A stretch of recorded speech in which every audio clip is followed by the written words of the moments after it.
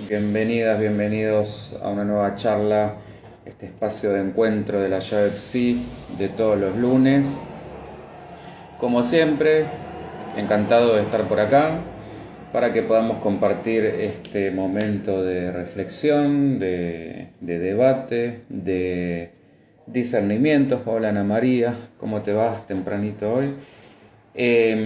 Para que podamos juntos aprender a pensar de una manera diferente. De eso se trata, a cuestionar todo y poder ir de alguna manera encontrando nuestro propio pensamiento, nuestra propia voz, nuestro propio deseo en todo ese entramado. Esto es lo que se trata.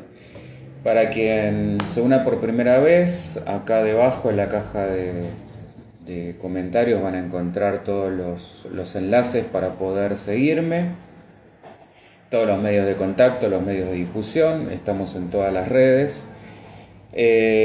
Así que vamos a ir directamente al tema que nos convoca el día de hoy.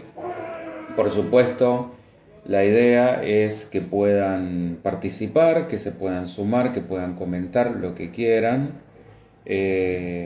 hacer preguntas, contar experiencias, bueno, proponer, como siempre digo, proponer temas que les interese. Siempre vamos siguiendo distintas áreas en este enfoque integrativo, biopsicosocial y espiritual, que es la propuesta de un tema, como el día de hoy, pero hay otros bloques como son los grandes mitos, los grandes casos, y este año que se ha sumado la parte del arte, donde vamos a analizar y comentar tanto canciones como series, películas, libros, etcétera, todo lo que tenga que ver con la cultura y el arte.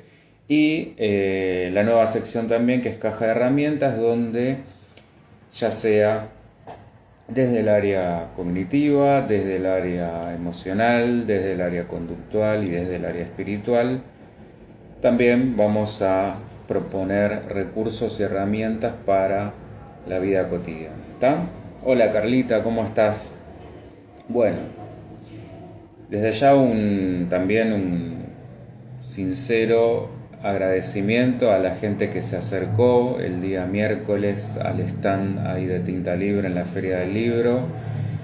Fue un muy lindo momento poder compartir con algunos de ustedes. Un momento muy especial para mí, la primera vez que estaba citado en la Feria del Libro.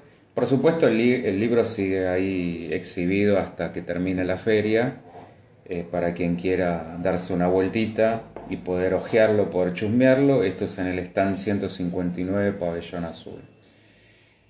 Bien, vamos al tema de hoy.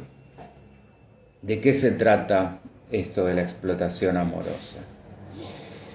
Que lamentablemente creo que es un tema hoy muy en boga.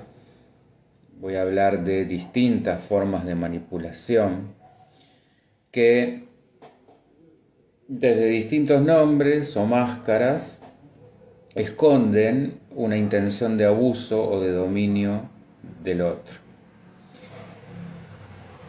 Bueno, a propósito de esto que decía de la semana pasada en ocasión de la exposición, de un poco comentar de qué se trata mi libro, Ecos de un viaje de amor en el tiempo, mencioné una de las definiciones que a mi entender más se acercan a, a lo que para mí es el amor, que es ese poder que tenemos sobre un otro, un poder que podemos usar, veamos esto, para bien o para mal.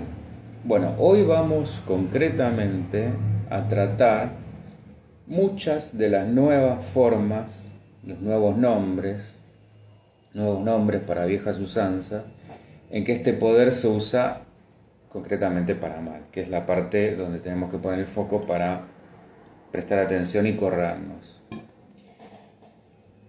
Van a ir viendo que hay muchos términos anglosajones en inglés, porque esto está tomado de la cultura justamente anglosajona, yo voy a hacer la correspondiente traducción o lo más cercano posible. Pero ¿por qué lo quería tomar así? Porque son términos que inevitablemente vamos tomando, vamos como incorporando a nuestra lengua, y donde muchas veces esto lo van a escuchar de esta manera, entonces está bueno también conocer el origen. Bueno, voy a empezar por uno que es bastante conocido, van a ir viendo que hay otros que de verdad que no, que es el ghosting. Esto viene de ghost o fantasma, es la traducción, o fantasmeo, que sería como la traducción literal del ghosting. Como ven, como vamos a ir viendo, todo esto está supeditado a lo que es el terreno virtual, a las redes. Concretamente, el ghosting es desaparecer, donde hago hincapié en esto de las redes. Un otro se borra, desaparece, sin mediar aviso ni explicación. No responde más o hasta nos puede bloquear sin anestesia. Y dentro de las teorías que podemos empezar a lucubrar, podemos suponer un clásico miedo al compromiso, pero el punto está en la forma. En esto quiero focalizar. No hay mediación de la palabra, no hay comunicación de lo que le pasa a ese sujeto. O peor, dice una cosa, esto es clásico, para obtener nuestra atención y lo que quiere. Una vez logrado lo que quiere, en los hechos muestra su verdadera cara. Pasa al acto. Incluso podemos hasta suponer un estilo de apego. En esto, si quieren, vayan en YouTube a lo que fue la charla donde hablo de los trastornos de apego. Ya de esto pasaron 3 años, es una locura, pero bueno, tema aparte. Entre los que menciono en aquella charla, el apego huidizo evitativo, esto es cuando la figura primaria se vincula con el niño con una mezcla de angustia, rechazo, repulsión y hostilidad. ¿Dónde se ejemplifica esto? Bueno, en conductas como control, sobreprotección y sobreestimulación. En esos casos, ante la demanda del bebé, el cuidador principal se siente amenazado y niega sus necesidades, forzándolo o a modificar su conducta o a distorsionar los propios sentimientos que siente esa figura de cuidado frente a esa criatura. Otra forma de apego, aún más patológica que la que acabo de contar, es la ansiosa ambivalente. Miriam, ¿cómo te va? Felicitaciones y gracias, no, gracias a vos, a ustedes. El gosteo es algo cruel si no estamos bien parados. Sí, por supuesto. Todas las que voy a estar nombrando siempre vos y Carla van siempre 2 pasos adelante. Todas las que voy a nombrar, si hay algo que tienen en común, es la crueldad. Porque ya van a ver que acá también hay un denominador común que es el narcisismo. Entonces sí, son todas crueles. Decía que otra forma de apego todavía más patológica que la otra es la ansiosa ambivalente, donde se va a dar un doble mensaje. Por momentos va a haber respuesta de cuidado y por momentos no. Por lo que ese cachorrito humano aprende a no saber qué esperar, a no confiar, a esperar cualquier cosa. Esto, por supuesto, genera ansiedad, que es el síntoma de esta época, el síntoma por antonomasia de esta época. O sea, estamos hablando de que esa criaturita habrá aprendido a buscar y a rechazar el amor por partes iguales. Va a buscar el amor, pero al mismo tiempo va a temer al abandono. Queda como en una suerte de limbo entre no haber sido rechazado, pero tampoco lo suficientemente atendido. Estas formas de apego, entre otras que nombré en aquella charla, lo que hacen es ir formando patrones de amor, un lenguaje del amor con la que de adultos nos vamos a mover inconscientemente y nos vamos a relacionar. En otras palabras, así es que aprendemos a manipular el amor si es que no nos lo supieron dar, por lo que fuimos buscando la manera de conseguir aquello que demandábamos en ese momento, y si no lo aprendimos por las buenas, lo hicimos por las otras. La cuestión, aquí y ahora, está en corrernos de esos lugares. Patrones distorsionados, exacto. El que está del lado patológico, claro que jamás va a pedir ayuda. Si hablamos a nivel de su estructura, me refiero concretamente a un perverso o lo que habitualmente llamamos psicópata. El corrernos va para quienes estamos del otro lado, para saber lo que decía al comienzo, detectarlos a tiempo y no caer en sus engaños, en sus trampas. En la charla también de estructuras psicológicas, esto también está en el archivo de YouTube, es muy fácil encontrarlo, simplemente buscan ahí en la lupita, ponen el nombre y les va a aparecer el video. Ahí hablé de la diferencia entre las tres grandes estructuras, neurosis, psicosis y perversión, con sus correspondientes mecanismos de defensa, y marqué la diferencia entre lo que es una estructura y rasgos. Lo que hace a una estructura es tener la mayoría de los rasgos en un patrón de comportamiento general durante un mínimo de tiempo, por lo que esos rasgos ya se han constituido como una marca de identidad, como una constante general. Es así como esa persona se maneja la mayor parte del tiempo de su vida en todos sus ámbitos. En cambio, algunos rasgos de diferentes trastornos los tenemos todos. Por eso si uno encuentra 2 o 3, no quiere decir que sea un narcisista. Es que tiene esos rasgos y no lo define como un trastorno o como una estructura narcisista. Esto es muy importante diferenciarlo, porque si no me termino enganchando con la mayoría de los trastornos. Y rasgos tenemos de varios, por no decir de casi todos.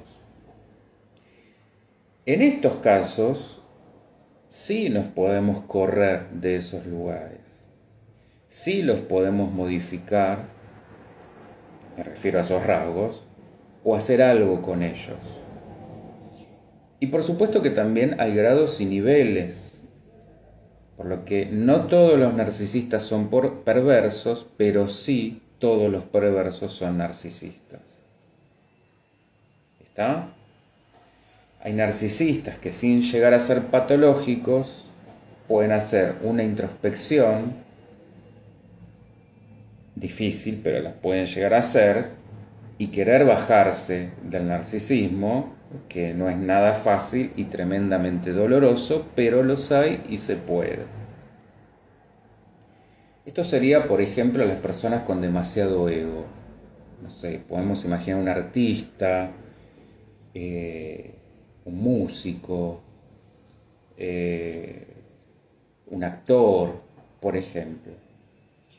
Los que no tienen remedio son los malos, los verdaderos malos, los que van a usar ese poder para aprovecharse de otros, para encandilar y obtener un beneficio deliberadamente y sin ningún remordimiento. ¿Se entiende? Y si sumamos el factor emocional,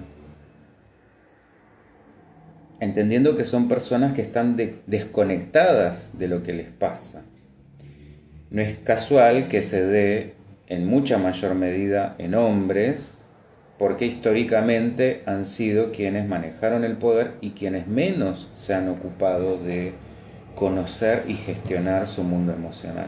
Carla, hay rasgos que podemos trabajar para tener un amor verdadero.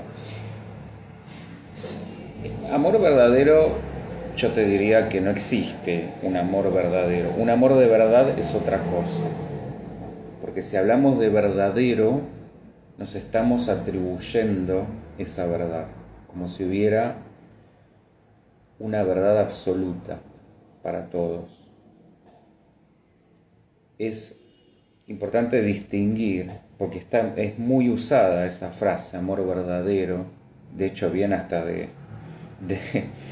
historias románticas, el beso del amor verdadero, esperar al príncipe que te dé el beso del amor verdadero. Amor de verdad es propio, es mi propia verdad. Estoy viviendo un amor de verdad, es una cosa, un amor verdadero es otra.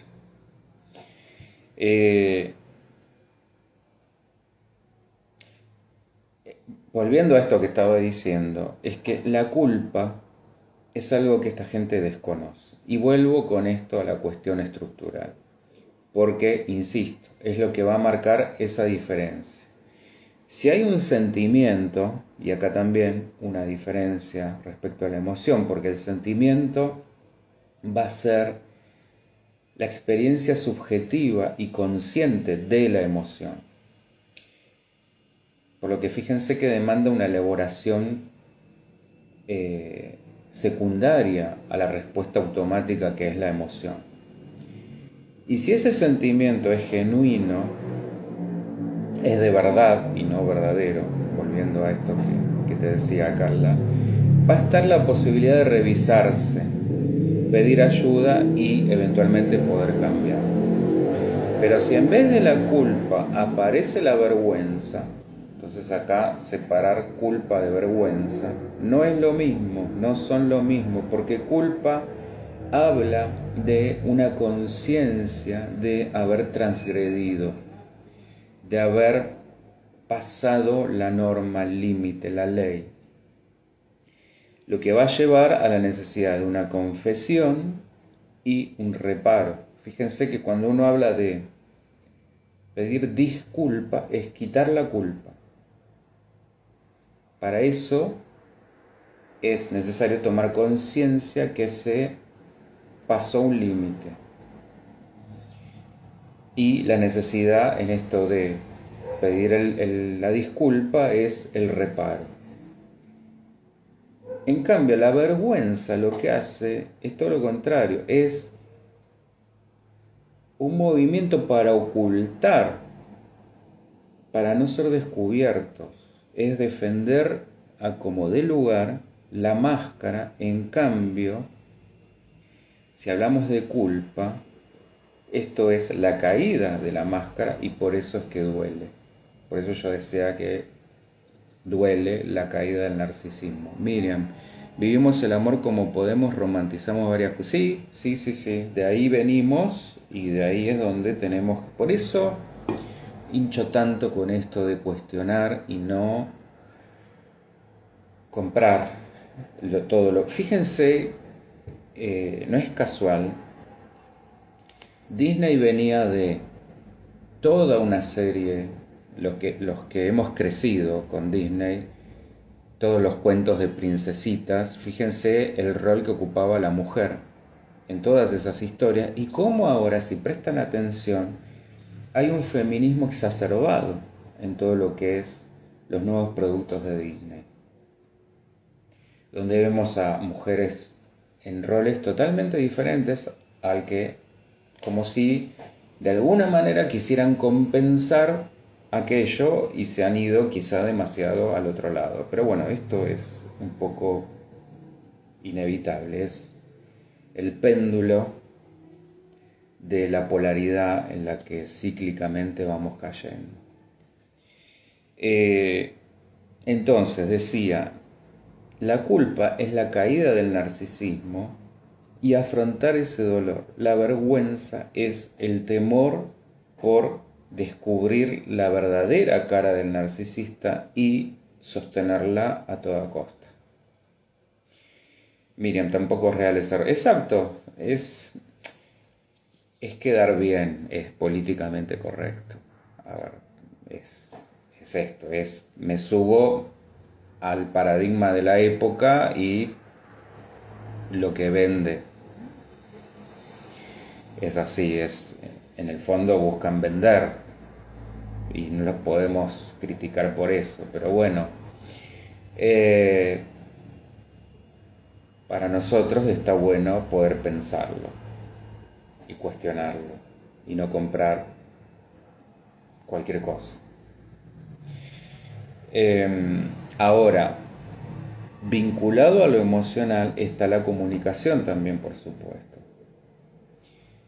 Porque si puedo acceder a lo que me pasa y ponerlo en palabras, sabré transmitir lo que siento, siendo genuino con mis propios dilemas internos. De esto se trata, mis contradicciones. Hacer palabras de eso que me pasa y poder decir eso mismo sin miedo a ser rechazado o juzgado. Esto, en otras palabras, es la comunicación asertiva y la responsabilidad afectiva, que es la gran faltante en este tipo de conductas que estamos viendo y que encuentran su gran nicho especialmente en el mundo virtual, donde no hay que poner ni la voz ni el cuerpo. Y lo que vos decías, Miriam, la crueldad es propia de la estructura narcisista y se regodea en la crueldad, en ella. Si bien es cierto que no conoce otra forma, tenemos que tener cuidado de no caer en la lástima para excusarlos. Esto es muy común, porque si bien no le enseñaron otra cosa, tampoco puede ni quiere otra cosa. Y lo sabe y se alimenta de eso. Ana María, exacto, por la vergüenza de lo injustificable es que no nos animamos a pedir disculpas o agradecer un bien que nos han dado. Espérate que acá me perdí. Porque una cosa, sí, la vergüenza de lo injustificable es que no nos animamos, porque estamos en dos cosas distintas, Ana.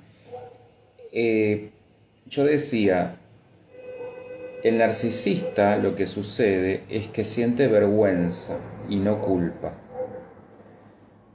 Es la vergüenza de ser pescado, de ser descubierto, de quedar en evidencia, de que lo atrapen. Como si decirte, no es que no roba, estoy dando un ejemplo, ¿no? Suponte, no roba porque está mal, porque tiene internalizado ese límite, sino que en todo caso no lo hace porque tiene miedo a que un policía lo lleve preso, por ejemplo, a la consecuencia. Y es distinto justamente poder ser capaz de pedir disculpas, nos pone del lado sano. De la otra manera estamos del otro lado. Es decir, quien no puede pedir disculpas porque no sintió culpa ninguna. ¿Se entiende? Bien. Tal cual, es algo morboso. Exactamente. Bien. Otras variantes del ghosting son el caspering. Esto viene de Casper, aunque parezca mentira, el fantasmita, porque es una forma más suave y gradual de desvanecimiento. Es decir, esa persona también va a dar ese corte, pero no va a ser tajante, sino que lo va a ir haciendo más progresivo. Otra es el zombing. Esto viene de zombie. Y así con esa terminación en ing, que es el retorno del gosteador como si nada, como resucitado. Por eso es el nombre. Como si hubiera revivido a los muertos. Y haunting, cuando lo hace indirectamente. Por ejemplo, mirando, no sé, una historia de Instagram. Esto también suele suceder. Tenemos también paperclipping, que es quien reaparece solamente para que no lo olvidemos. Que de alguna manera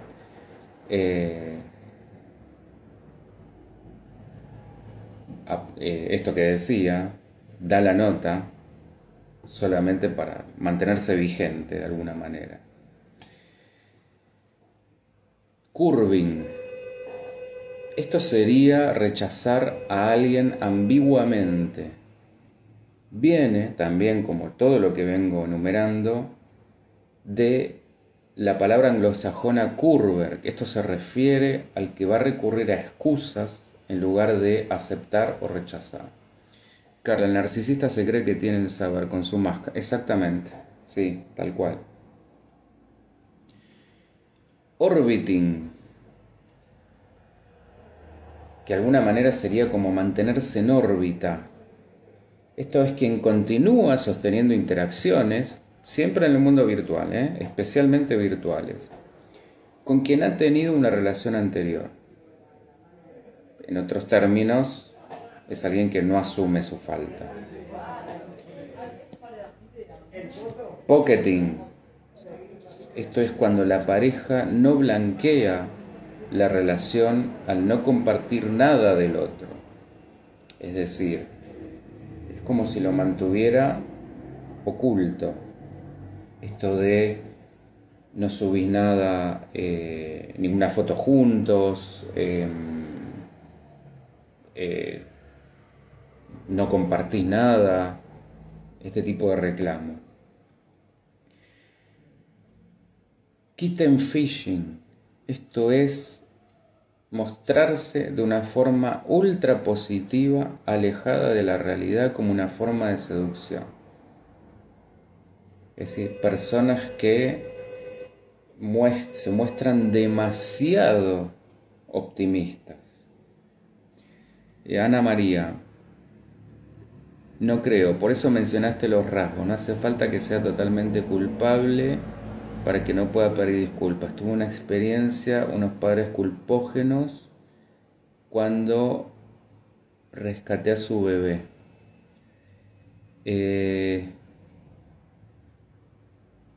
Sí, a lo que voy, Ana, es para poder pedir disculpas, si son unas disculpas genuinas, porque también está esto de, está bien, te lo pido para que no me moleste, para que no, pasa muy a menudo, para que estemos bien, como una forma de evasión. Esa no vale. Es la disculpa genuina, la disculpa de me doy cuenta que me equivoqué, que transgredí, que te lastimé.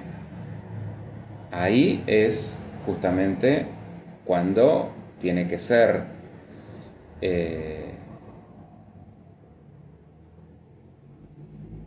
sincera la disculpa. Y como vos decís, entiendo el punto, o sea, basta con que la otra persona se haya sentido tocada. Por ahí a veces uno hace esto sin saberlo, y por supuesto que sin intención. Y esto es lo que diferencia lo que vos decías también del rasgo y la estructura. Miriam, este narciso es como un perro de casa atento a cualquier situación para estar presente siempre. Exacto. Stashing. Esto es ocultar también intencionalmente aspectos, personas o áreas importantes de la vida a la pareja. Es muy parecido a el pocketing. Yo sé que estos nombres son bastante confusos y dan para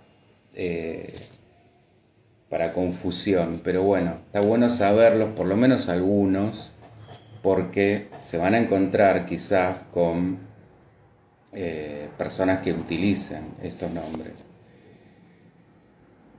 Fire dooring, esto vincula fuego en inglés con puerta. Complicado, porque también es una palabra anglosajona que alude a cuando hay alguien que rema, que tira de la relación y el otro solo le interesa, lo hace, o sea, acompaña ese remar cuando obtiene algún beneficio. Y esta sí es bastante nueva, todas son bastante nuevas, pero esta es bastante como un poco por lo menos más conocida, es el love bombing, esto sería bombardeo de amor, que suele caracterizarse por la conquista o la etapa del enamoramiento, esto es cuando todo es idílico y cada uno solo muestra sus mejores aspectos. Carla, estos nombres los vemos todos los días. Algunos sí, algunos sé que sí, como el gosteo, como por ahí puede ser, esto del caspering, el haunting o el love bombing, pero los otros no sé si tanto.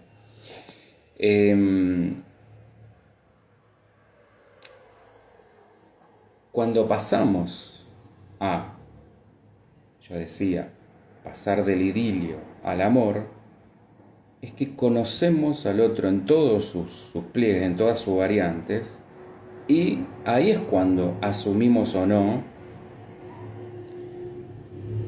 la posibilidad de sobrellevar o no sus faltas. La previa a la catástrofe, dice Miriam. Bueno, depende. Es decir, ahí se van a establecer acuerdos. Pero los hay también quienes se vuelven adictos a ese bombardeo como una forma de demostración de poder, donde el otro jamás va a poder retribuir o estar a la altura. Es una forma de manipulación de dejar al otro deshabilitado, disminuido. Es decir, nunca vas a darme lo que yo te doy. Por ende, no tendría derecho jamás a quejarse porque si lo hiciera sería un desconsiderado. Este es el punto. Y esto tiene que ver con otro disfraz, lo que se esconde bajo una máscara de los más excelsos o del más excelso de los tipos de amor, de esto también ya voy a hablar, que para los griegos es el ágape, que es el amor altruista, desinteresado. En ese acto se esconde un profundo egoísmo para quedar como el salvador, el dador, el poderoso. Entonces, ojo con los precios a pagar. El dicho dice, cuando la limosna es grande, hasta el más santo desconfía. A ver, que me perdí un poco por acá. Miriam, con un narciso, ¿se pueden hacer acuerdos?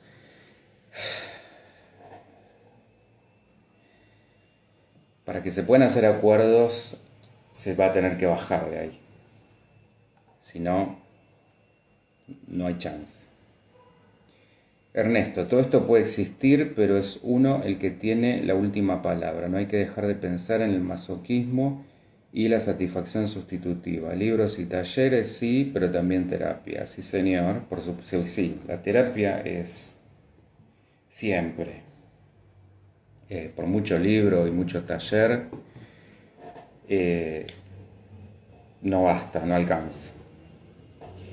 Y la idea de esto es, por supuesto, conocer que existe para poder pescarlo, para poder detectarlo, poder correrse, pero por supuesto también revisarse, porque evidentemente si uno cae repetidamente en personajes así, bueno, obviamente que hay un lugar del que uno tiene que salir. Para estar continuamente vinculado a personas narcisistas, evidentemente hay una parte dependiente nuestra que tenemos que revisar y mucho.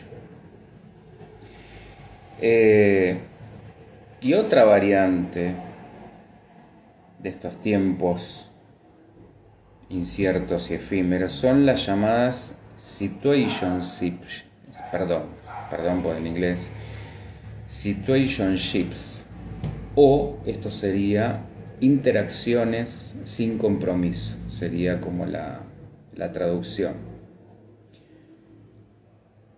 Interacciones cortas o pasajeras. Sería como un modo a prueba de fallos para quienes buscan conocer mucho y concretar nada.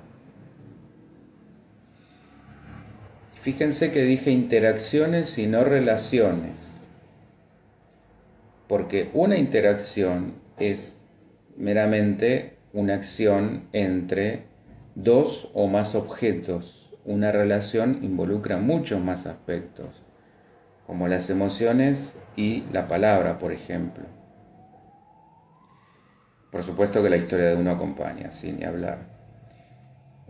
Carla, la víctima también tiene poder. Justamente eso es lo que tiene que sacar.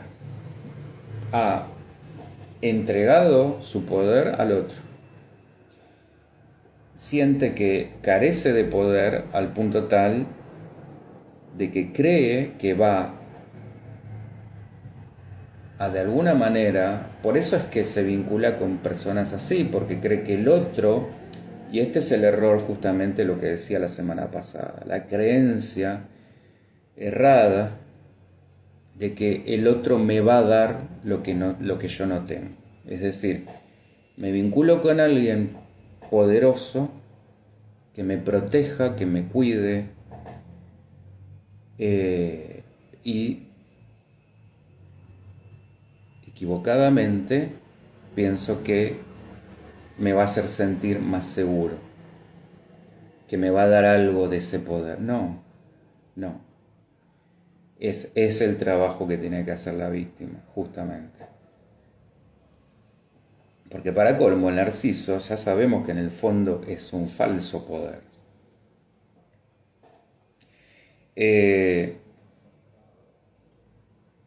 Entonces,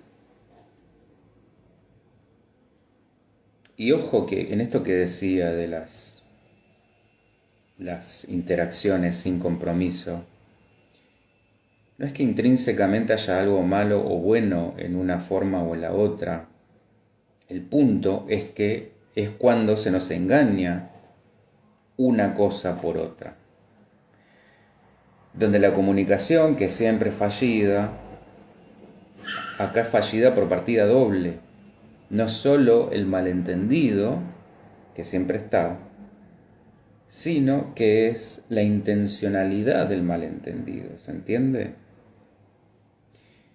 Ana, decime porfa si quedó claro, si te entendí bien o si hace falta darle una vuelta más. O sea, hay una deliberada acción para que entendamos una cosa, ejemplo, que nos quieren conocer y que la típica que se vaya dando, para que después sea otra. Es decir, probablemente, no sé, llevarnos a la cama, por ejemplo, y que finalmente cuando nos damos cuenta de la verdadera intención, trastoca a propósito lo que habíamos entendido alegando que entendimos mal o que fuimos nosotros quienes cambiaron los términos. Ahí es donde se esconde la malicia de la manipulación. ¿Se entiende esto? Claro, las interacciones sin compromiso se dan bastante en la adolescencia, sí, y ahí digamos que es esperable que esto suceda, porque estamos hablando de sujetos todavía en construcción, no está terminada, no está todavía constituida justamente ese aparato psíquico. Por ende, esto de ensayo y error está bien. La cuestión es cuando hablamos de esto en una adultez, cuando ya hay una conciencia de esto que decía, la diferencia está en la intención. Vamos con otra, cushioning, o algo así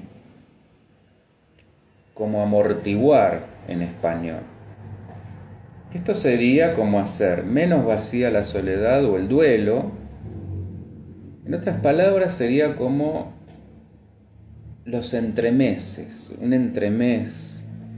Esto que fue pasando por distintos términos, amigobios, amigos con derechos, relaciones sin etiquetas, pudiendo ser exclusivos o no. Uno podría pensar que en estos casos, ¿qué diferencia habría entre una amistad con sexo de una pareja? Y donde podemos empezar a ver como una suerte de fobia de estos tiempos, a llamar a las cosas. Una fobia a llamar pareja cuando están cumpliendo todos los parámetros de una pareja. Una fobia al compromiso cuando en realidad todo eso está dado, sea o no sea exclusiva, porque para eso hoy también tenemos las parejas poliamorosas, por ejemplo, o no parejas, sino el poliamor, relaciones poliamorosas, que están comprometidas de alguna manera al acuerdo que han establecido, sea cerrada, sea abierta, sea exclusiva, sea no exclusiva, sea confesa, sea no confesa. Tapar el sol con un dedo, sí, bastante de eso. El punto es que del compromiso, que es de los que aparentemente esta gente quiere zafar, en el fondo es querer zafar del hacerse cargo de lo que a uno le pasa. Como esta pretensión de control o extirpación de las emociones. Esto también es algo que escucho mucho. Como si uno pudiera, en esto de, bueno, simplemente conozco gente y no me engancho, no me enamoro, no siento. Esto es imposible. Lamento desilusionar, pero uno no puede controlar lo que le pasa. Miriam, porque se le pone nombre necesitamos darle un marco a la relación. El punto es, te lo planteo al revés. Cuando se está cumpliendo todos los parámetros, ¿por qué no reconocer lo que está a la vista? Esa es otra máscara, exactamente. Es decir, es una ilusión más, es un espejismo más, un intento más de burlar la falta que está destinado al fallido. Es otro velo del narcisismo que va a empujar por no caerse. Es como si de alguna manera creyéramos que por esto, dar un nombre, nos hiciéramos más endebles, y es al revés.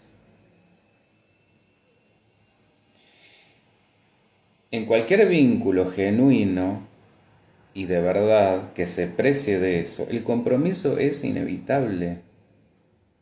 Ya sea que hablemos de un familiar, donde esto se puede dar hasta por mandato y no por deseo, en la amistad, que sí es la familia elegida, en los amantes que por miedo no quieren nombrar, porque nombrar da entidad, nombrar normaliza y nos saca de lo marginal, de lo secreto. Nombrar saca poder a la fantasía, al terreno imaginario, que es propio de Eros, del deseo, y lo va a poner en el terreno, dirían los griegos, yo antes nombraba el ágape, ahora dirían los griegos, de la filia, que esto es contrario a Eros. La filia responde a la lealtad, a la empatía y a la comprensión. Amor y deseo, si bien son dos corrientes distintas, como decía Freud, no por ello son contrapuestas.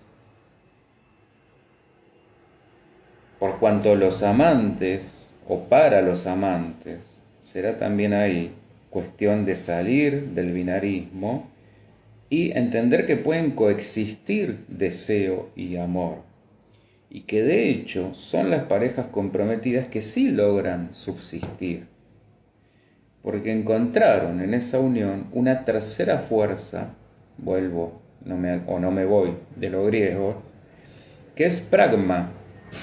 Esto quiere decir acoplamiento, es decir, una pareja que aprende a funcionar como equipo y que encuentra ese balance. De acá viene, no es casual, pragmatismo, que es ni eso ni aquello, es decir, ni eros, ni, o mejor dicho, no es ni un idealismo, ni un romanticismo. No es caer ni en estas polaridades de el deseo o el amor en sus puntos extremos, eros o filia. Es más un realismo. Y acoplamiento, que también es perfecto para ligar justamente a estas dos cuestiones, eros con la filia, es el acople sexual con el acople también de llevarse bien.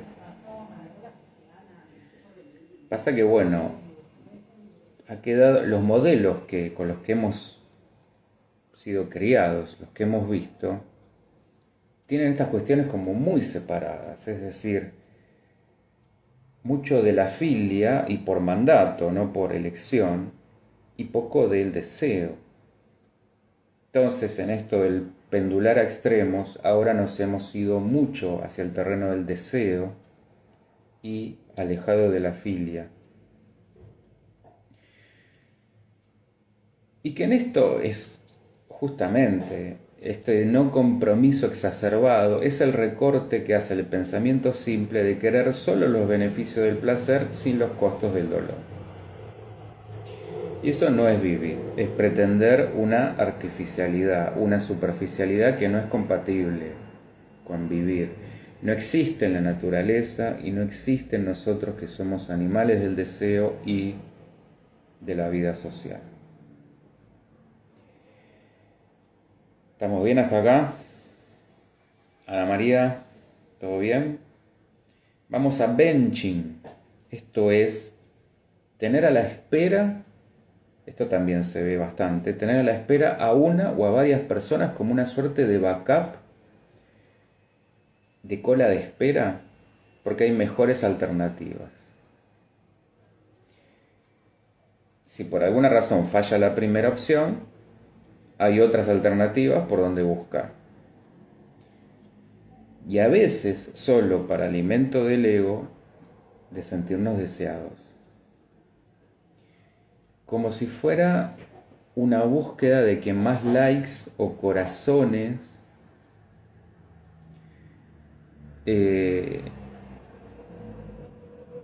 nos dé para que compita por el puesto número 1. Otra forma es breadcrumbing. Esto quiere decir miga de pan, migajas de pan, y apunta a ir repartiendo el deseo así, en rodajitas, como ir dejando un caminito. Una vez que la tensión disminuye, estos sujetos vuelven a la carga con una rodaja más grande, sumen la apuesta. Por supuesto que son promesas que jamás se cumplen. El plan es como un hechizo, es como un encantamiento para que el otro esté siempre pendiente y nunca se vaya. ¿Se acuerdan de la canción de Palito Ortega, Yo no quiero media novia? Bueno, esto no sería, no media, no sería ni un 10%. Bueno, vayamos, qué tremendo es eso, medir mi estima con cantidad. Bueno, pero tiempos posmodernos, Miriam. ¿Cuánta gente no hay que está pendiente justamente de eso a través del Instagram, del Facebook, de TikTok, donde esas aplicaciones un poco fueron diseñadas para eso? Es decir, esto a nivel adolescencia puede ser nefasto. Es decir, tantos corazoncitos o likes tengo, tanto soy reconocido. Juega con el deseo. Que esto es lo mismo que hace todo el aparato de marketing, desde la publicidad a todas las cosas que consumimos. Y no digo, todo es una porquería, corrámonos del sistema porque todo está mal. No, digo, consumamos a conciencia. No porque me estén diciendo, ya sea porque lo vea justamente en los recomendados o en los más populares, que haga que primero lo pase por un filtro interno para ver si eso es para mí y si lo elijo a conciencia y no simplemente como una manada. Ese es el punto. Y la angustia y ansiedad que provoca, exacto, el ser visto y aceptado bajo esas reglas, tal cual. Es decir, que si voy a subir una foto, que la suba, o un video, que lo suba porque simplemente es algo que quiero compartir y no me importa si lo va a ver 1 o 1.000.000. Un poco lo que decía la semana pasada, ¿se acuerdan con esto de correrse del resultado? Bueno, es eso. Lo hago porque me hace bien. Compro un libro, veo una película, escucho una música, porque lo hago a conciencia y me hace bien. No porque sea el tema de moda, o porque todos lo hacen, o porque me lo dijeron.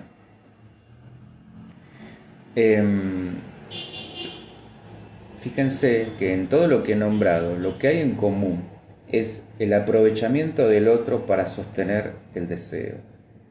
Como decía Hegel, el deseo es deseo de reconocimiento. Y el chantajista emocional, en el fondo, es tan inseguro y es tan endeble que depende del otro, que es supuestamente el débil o la víctima, para que lo sostenga en ese lugar de ser mirado y deseado. Siguiendo con Hegel, si se acuerdan de la dialéctica del amo y el esclavo, en el fondo es más el amo quien necesita del esclavo y no al revés.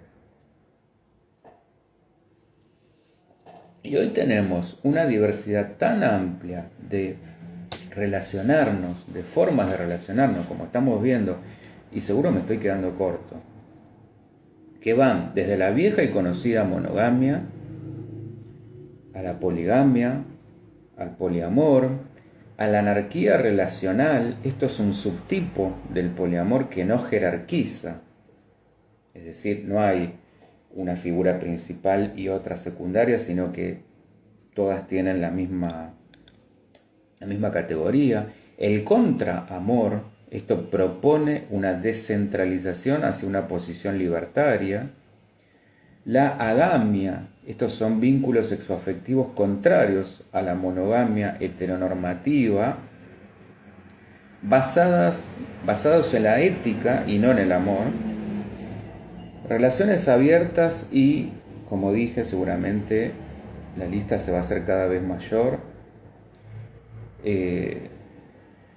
porque en el amor y la sexualidad no hay nada dicho, son temas tan complejos, inexplicables como inagotables. Y el otro es su bastón, dice Miriam. Sí, tal cual.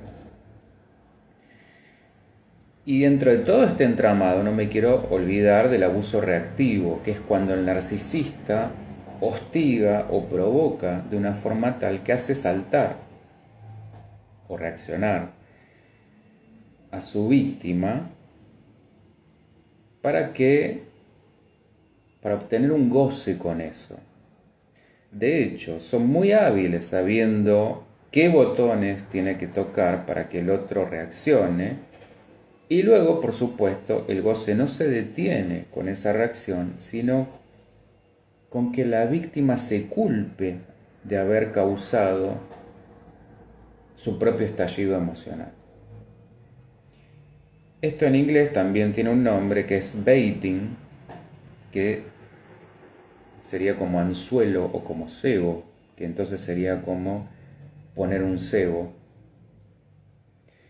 Y como la reacción es similar a la del agresor, es decir, el abusado se vuelve ahora el abusador, es como cae en esa psicopateada de que los dos son iguales. Este va a ser el argumento,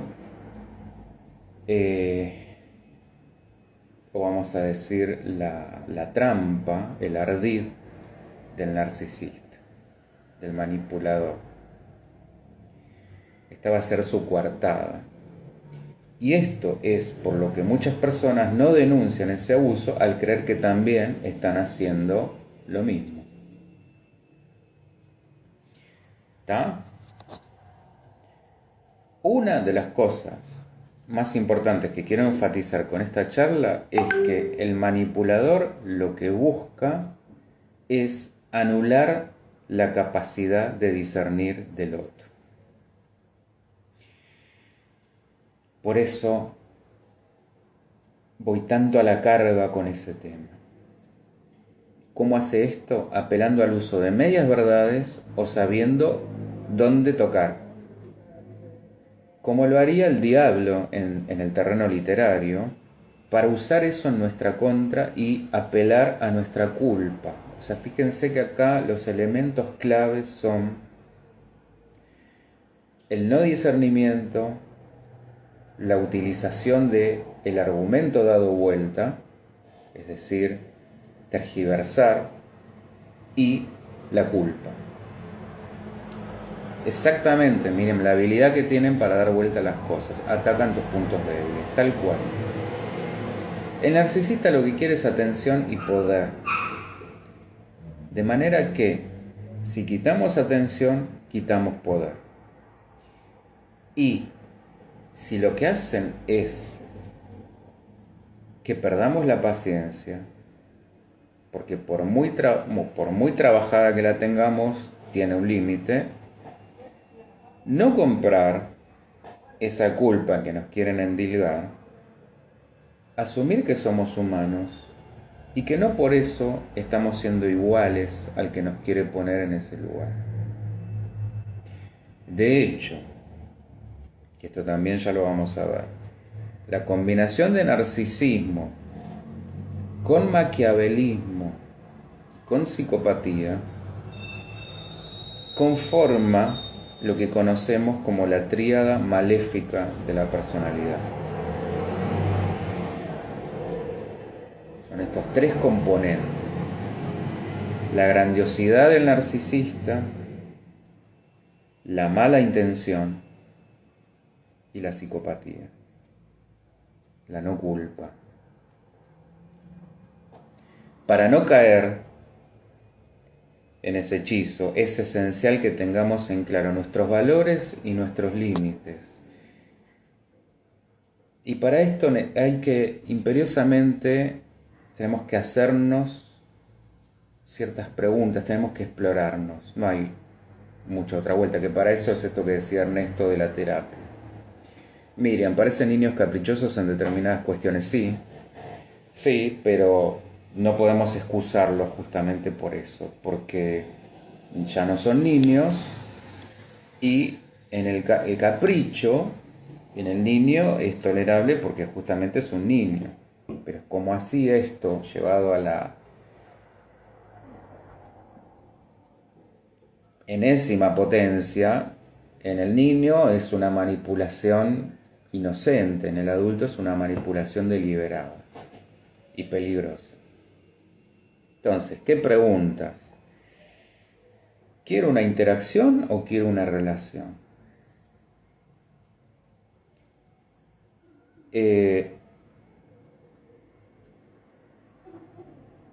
¿Quiero que alguien me complete? ¿Creo que alguien puede completarme? Cuestionarnos la monogamia, si es para nosotros, esto también que viene como mandato ancestral. Y no aceptar ningún mandato a ciegas. Elegirlo y experimentar, permitirme experimentarlo, si lo sigo por convicción o a la fuerza. No precipitar los tiempos, si es para mí,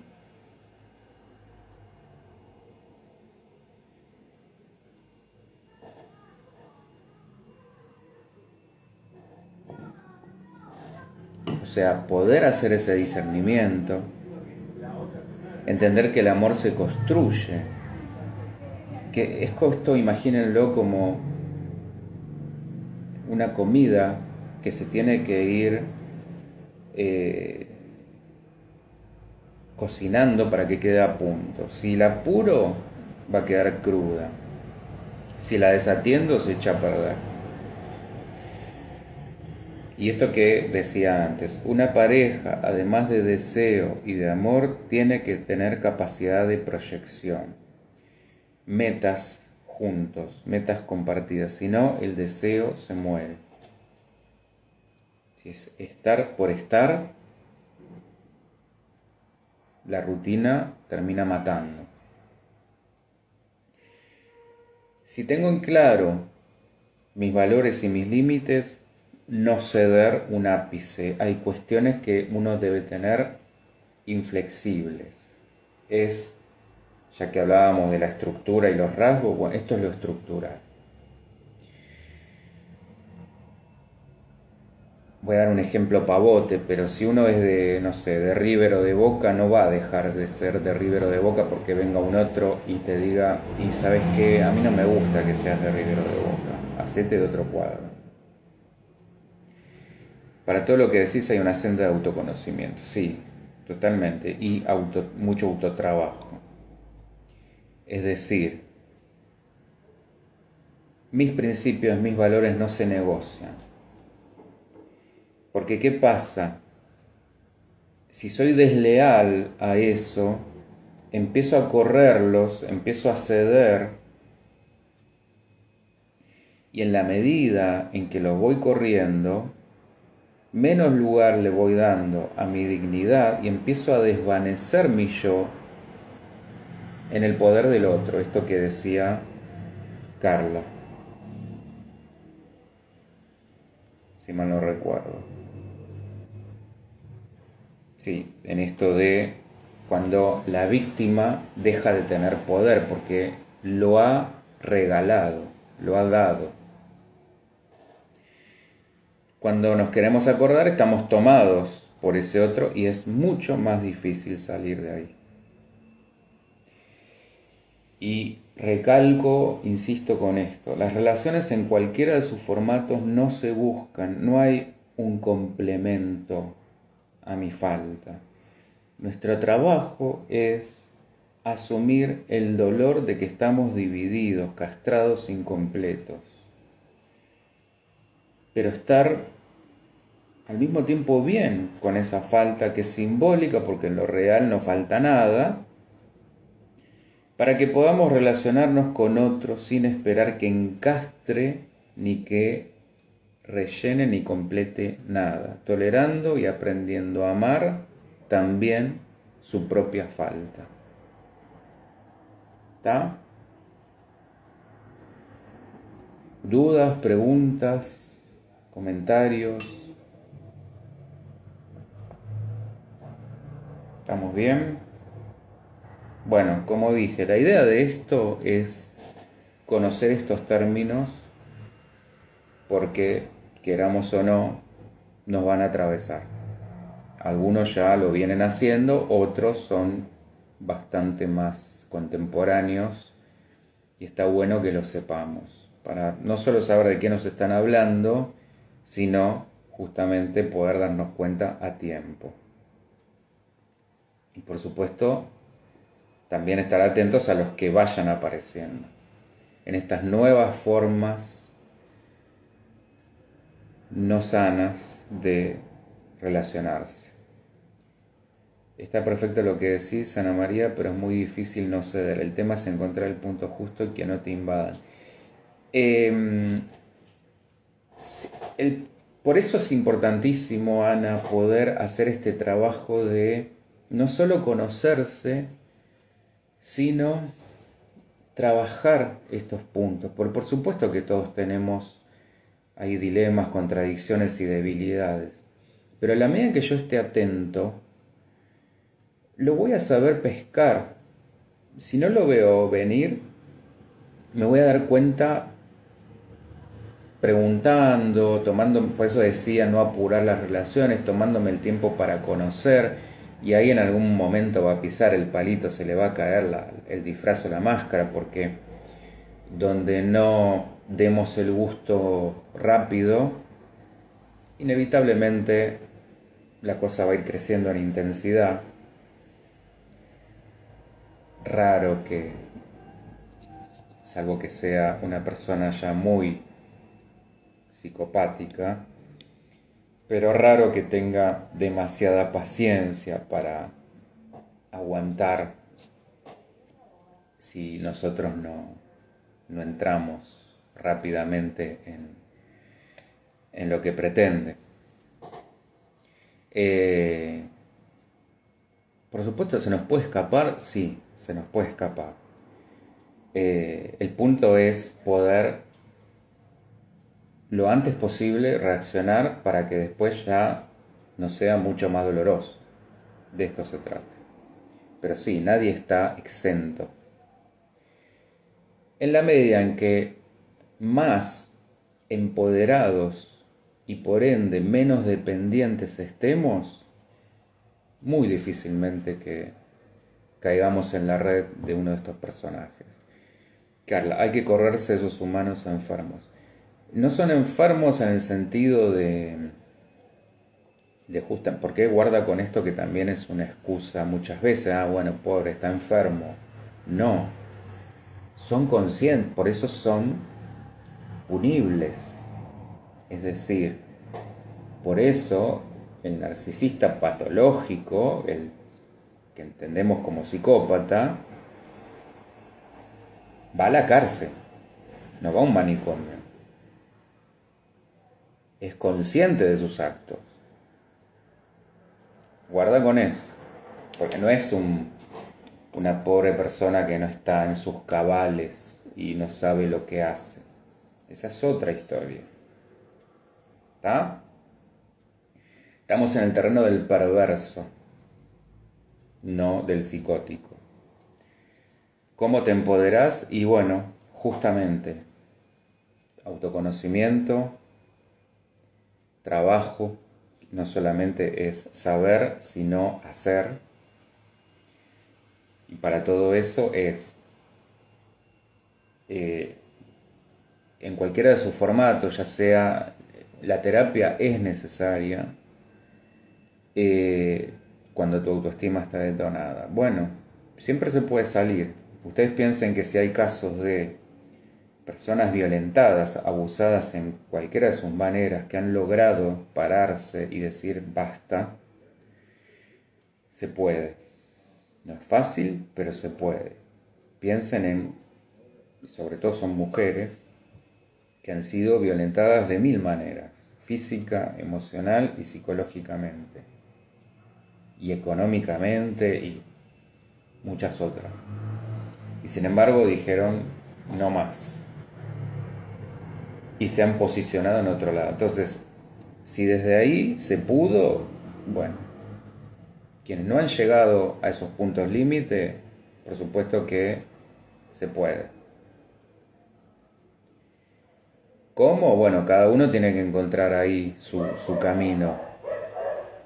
Yo, desde mi lugar, lo que puedo sugerir, porque es el terreno que conozco, es, por supuesto, la terapia, porque justamente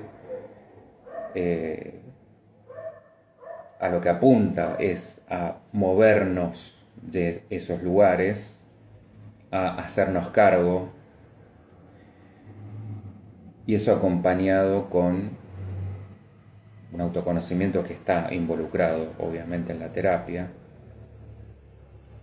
Pero hoy, y la terapia llevada a la vida diaria, porque es más lo que se mueve entre, vamos a decir, entre sesiones, que propiamente la sesión. Esto va haciendo un trabajo progresivo de elaboración.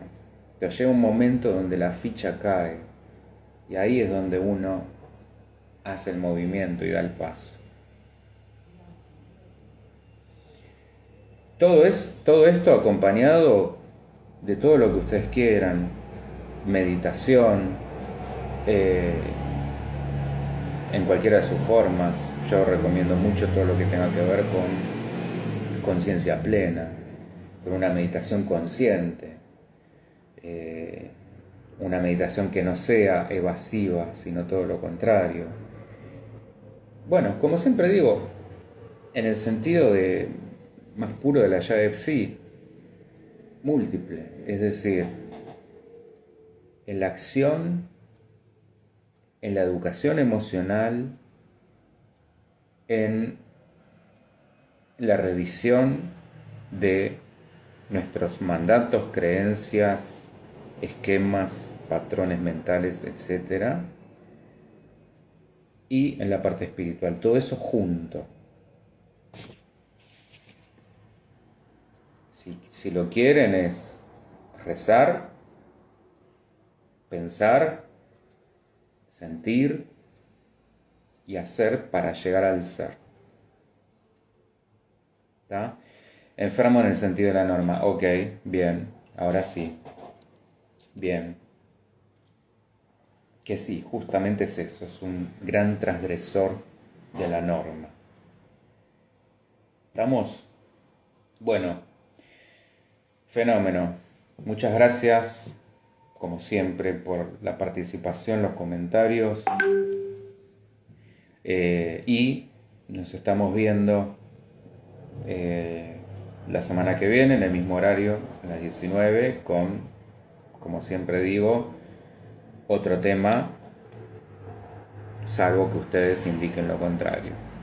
Por supuesto que el espacio también lo construimos juntos, así que siempre siéntanse libres de proponer lo que quieran.